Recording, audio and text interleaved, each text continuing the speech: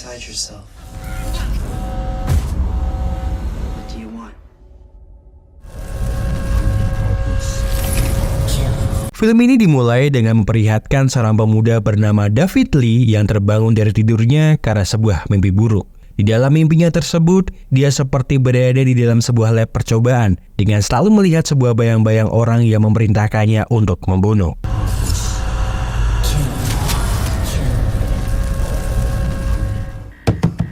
David! Paman Chan yang mendengar teriakan keponakannya itu mencoba menolongnya dengan menyuntikannya sebuah obat penenang karena bukan kali ini saja David seperti itu.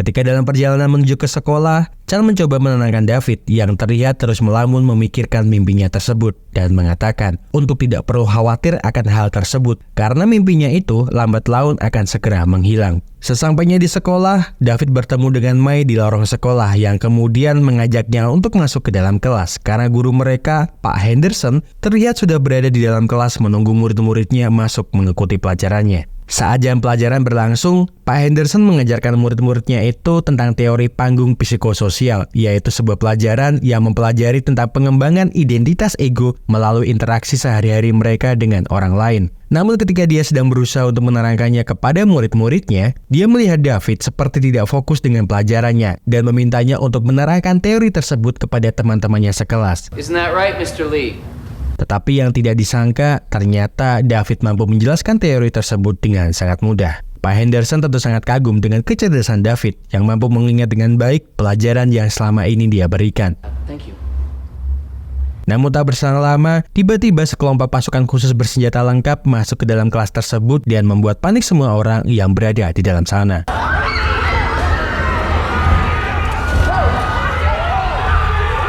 Tujuan mereka di sana adalah untuk membawa David pergi bersama dengan mereka. Namun, itu tidak semudah seperti yang mereka bayangkan, karena tiba-tiba David menggila seperti kerasukan setelah berhalusinasi melihat seseorang seperti dalam mimpi buruknya.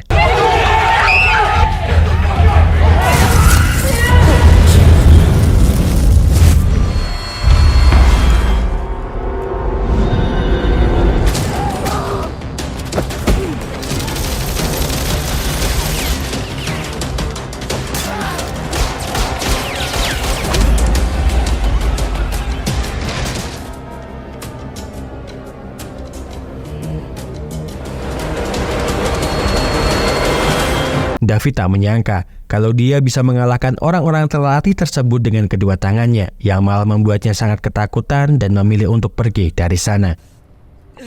David, wait! Tak berselang lama, Collins dan Paul yang mengaku sebagai pihak keamanan masuk ke dalam sekolah dan bertemu dengan Henderson, yang kemudian menjelaskan kepadanya kalau David itu adalah salah satu pasien psikiatri mereka yang lebih dari setahun kabur dari tempat rehabilitasi mereka, dan dia sangat berbahaya. Jelas saja mendengar hal tersebut membuat gurunya sangat terkejut karena informasi yang dia ketahui kalau David itu datang dari luar negeri dan hanya tinggal berdua bersama dengan pamannya. Segera setelah itu, Collins melaporkan peristiwa yang terjadi di dalam sekolah tersebut kepada seseorang dan mengatakan kalau kru pembersih yang telah dikirimkan oleh pimpinan mereka telah mati semua di tangan David. Di sebuah tempat, seorang bos perusahaan teknologi bernama Tuan Fujitaka bertemu dengan dua kliennya yang sangat ingin membeli produk yang baru-baru ini dia ciptakan. Mereka berdua mendengar kalau Tuan Fujitaka sedang mengembangkan sebuah sumber energi terbarukan yang akan menggantikan semua teknologi konvensional dan berpotensi merevolusi dunia. Namun belum sempat dia menjelaskan hal tersebut lebih lanjut, dia mendapati laporan dari kaki tangannya kalau pasukan khusus yang dia kirim untuk membawa David telah mati semuanya, dan Collins juga terlihat berada di lokasi tersebut tanpa sepengetahuannya. Setelah kabur dari sekolahnya, David menemui pamannya yang terlihat sedang belanja di Superindo untuk kebutuhan harian mereka dan mencoba menjelaskan tentang semua kejadian yang barusan terjadi pada dirinya. Mendengar hal tersebut, Chan sepertinya sudah mengetahui tentang apa yang terjadi pada diri David dan mengajaknya untuk segera pergi dari sana. Namun melihat Collins beserta dengan kawanannya yang berhasil melacak keberadaan David, pamannya lalu meminta David untuk pergi sendirian ke apartemen mereka dan mengambil sebuah barang yang terletak di belakang lukisan ruang tamu, sementara dia akan menahan mereka di tempat ini.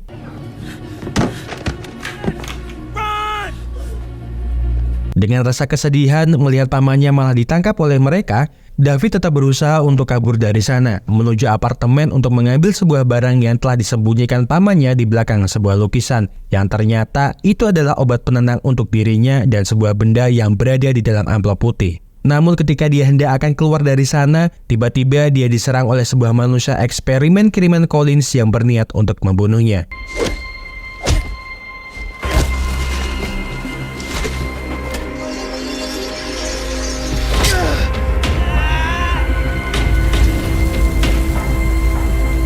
Di saat David terpojok karena terus diserang oleh orang tersebut, tiba-tiba kekuatan yang berada di dalam dirinya bangkit, yang kemudian menyerang balik orang tersebut.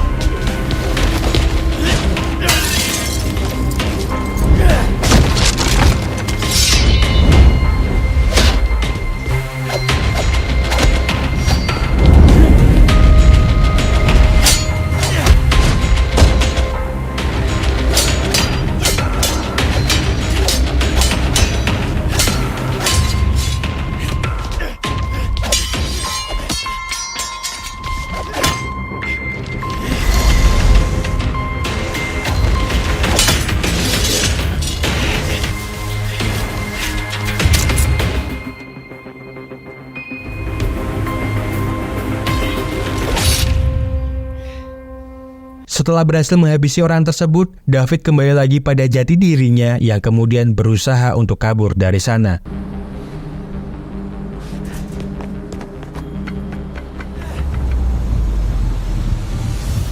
Meskipun Collins beserta dengan kawanannya mencoba menangkap David saat pelariannya, namun nyatanya usaha mereka tidak membuahkan hasil. Mereka pun lalu mencoba untuk mencari petunjuk dari apartemen yang ditinggali David, dan hanya menemukan foto May yang tergeletak di atas lantai. Dengan penuh kebimbangan, David mencoba mengirimkan SMS kepada May dan mengajaknya untuk bertemu di taman kota. Sepertinya, kepingan-kepingan ingatan masa lalu dirinya satu persatu mulai kembali, dan terungkap kalau ternyata David adalah salah satu manusia hasil sebuah eksperimen yang telah dilakukan oleh Fujitaka. Segera setelah mendapatkan pesan dari David, Mai lalu menuju tempat pertemuan mereka. Namun dia tidak menyadari kalau dirinya telah diawasi oleh orang-orang yang berusaha untuk membunuh David. Dalam perjalanannya ke taman, David membuka isi amplop putih yang ternyata berisi sebuah rekaman tentang pamannya. Pamannya mengatakan kalau dia sebenarnya bukanlah pamannya, melainkan seorang dokter yang bertugas menjaga dirinya. Chan mengatakan kalau dia adalah seorang dokter ahli genetika yang telah bertahun-tahun lamanya mengembangkan sebuah proyek yang akan menguntungkan umat manusia, dan dia merupakan salah satu subjek pertamanya. Organisasi yang mempekerjakannya berfokus pada anak yatim muda, remaja, dan semua anak terlantar.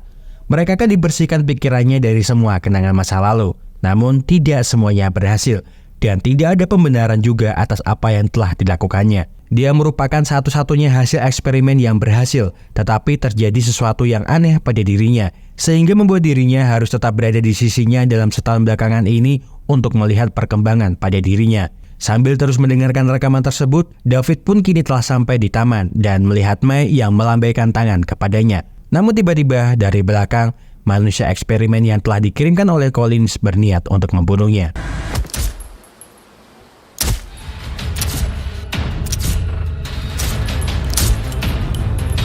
David pun berusaha untuk kabur menjauh dari sana bersama dengan Mai. Tetapi Collins yang melihat akan hal tersebut segera memerintahkan dua manusia eksperimen lainnya untuk juga mengejar pelarian David.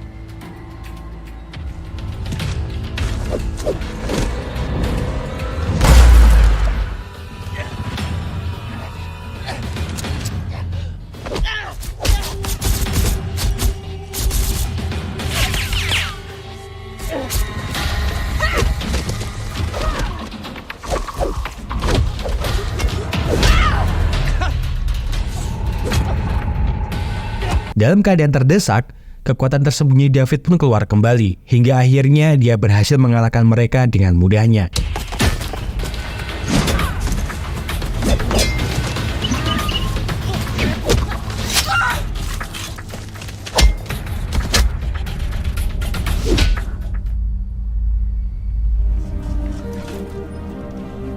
Setelah serangkaian kegagalan demi kegagalan dalam usaha mereka menangkap David, Tuan Fujitaka kini berada di lab percobaannya, bertemu dengan Collins dan seorang ilmuwan hebat bernama Yin. Tuan Fujitaka bertanya tentang apa yang sedang dilakukan Collins di SMA tanpa sepengetahuannya.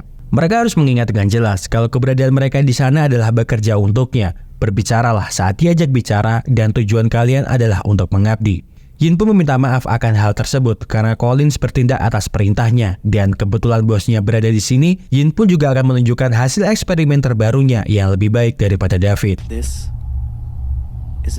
Yin memanggilnya subjek 01 karena hasil eksperimennya ini malah lebih sangar, lebih kuat, dan lebih menurut. Namun hanya dengan perintahnya. Seorang pembunuh terlatih yang kemampuannya setara dengan 100 prajurit terlatih. Melihat akan hal tersebut, sebenarnya agak membuat Tuan Fujitaka terkejut karena sebelumnya dia tidak pernah mendapatkan laporan apapun akan subjek percobaan tersebut. Namun Yin meminta bosnya untuk tidak perlu memikirkan hal tersebut karena yang lebih penting saat ini Tuan Fujitaka fokus dengan tujuannya, sedangkan dirinya akan fokus mengabdi padanya.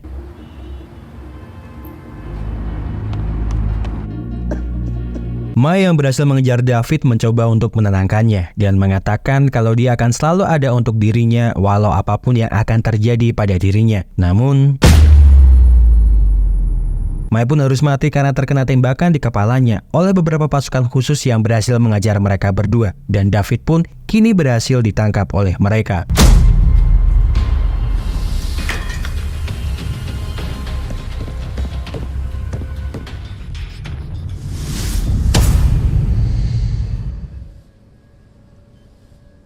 David pun tersadar dari pingsannya dan mendapati dirinya bersama dengan orang yang selama ini telah merawatnya dalam kondisi babak belur akibat perbuatan Collins. Tak berselang lama, Yin pun segera masuk ke dalam sana untuk bertanya kepada Chan tentang kode Project Meza yang hanya dia dan Tuan Fujitaka tahu. Namun Chan yang menyadari bahayanya hal tersebut bila sampai ada orang lain mengetahui akan hal itu, memilih untuk bungkam, meskipun dia menyadari kalau hal itu akan membuatnya mati. Tuan Fujitaka yang kini berada di ruangannya meminta kaki tangannya itu untuk menghancurkan semua bukti yang berada di lab miliknya. Karena Tuan Fujitaka menyadari kalau Yin sedang berusaha untuk berkhianat kepadanya. Berada dalam kondisi yang sangat kacau karena telah kehilangan dua orang yang sangat disayanginya, David diberikan stimulus berupa kejutan listrik di otaknya, sehingga membuatnya kini berada di dalam bawah alam sadarnya dan bertemu dengan dirinya yang lain yang selama ini menolongnya dalam keadaan terdesak. Dia mengatakan kalau dia adalah dirinya yang sebenarnya dan jangan berpikiran kalau dirinya tidak punya siapa-siapa lagi. Dirinya harus menerima dia dengan sepenuh hati. Maka dengan itu, kekuatan yang selama ini tersembunyi di dalam tubuhnya akan keluar. Rasa sakitmu adalah miliknya dan rasa sakitnya adalah milikmu. Yang mereka miliki adalah satu sama lainnya. Kau tidak sendirian lagi dan tidak harus menderita. Rangkulah dirinya, maka dia akan memberikan kekuatannya dan bersama-sama mereka akan membalas dendam.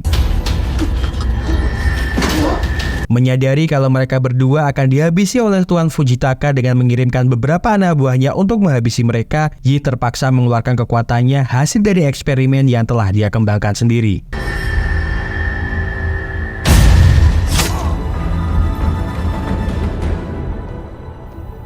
David bertemu dengan subjek 01 hasil percobaan Yin yang berusaha untuk membunuhnya.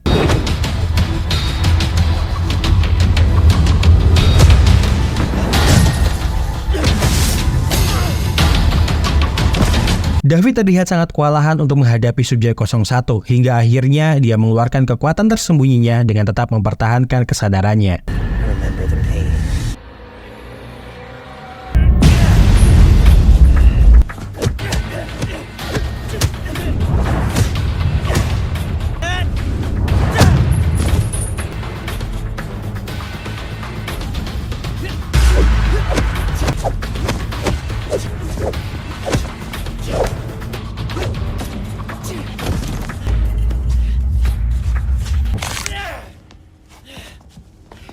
Sementara di suatu tempat, Tuan Fujitaka melakukan pertemuan virtual dengan beberapa pimpinannya, membahas subjek-subjek penelitian yang sedang mereka kembangkan.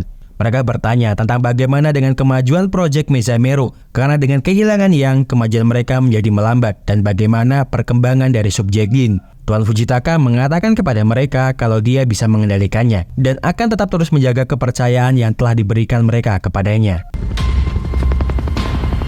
Dan sebelum film berakhir, kaki tangan Tuan Fujitaka memberikan sebuah laporan kalau tempat fasilitas milik Tuan Fujitaka telah berhasil dia hancurkan. Semua bukti eksperimen juga telah hancur, dan Jin berhasil kabur dari sana, namun sepertinya Yang telah bangkit dari dalam tubuh David. Mengetahui akan hal tersebut, Tuan Fujitaka sangat menyesal karena tidak bisa bertemu dengan David. Namun dia berdoa semoga David berhasil dengan apa yang menjadi tujuannya kini. Terima kasih seluruh sudah menonton rangkuman film yang Mas Ahku persembahkan untuk kalian semuanya. Semoga terhibur. See you!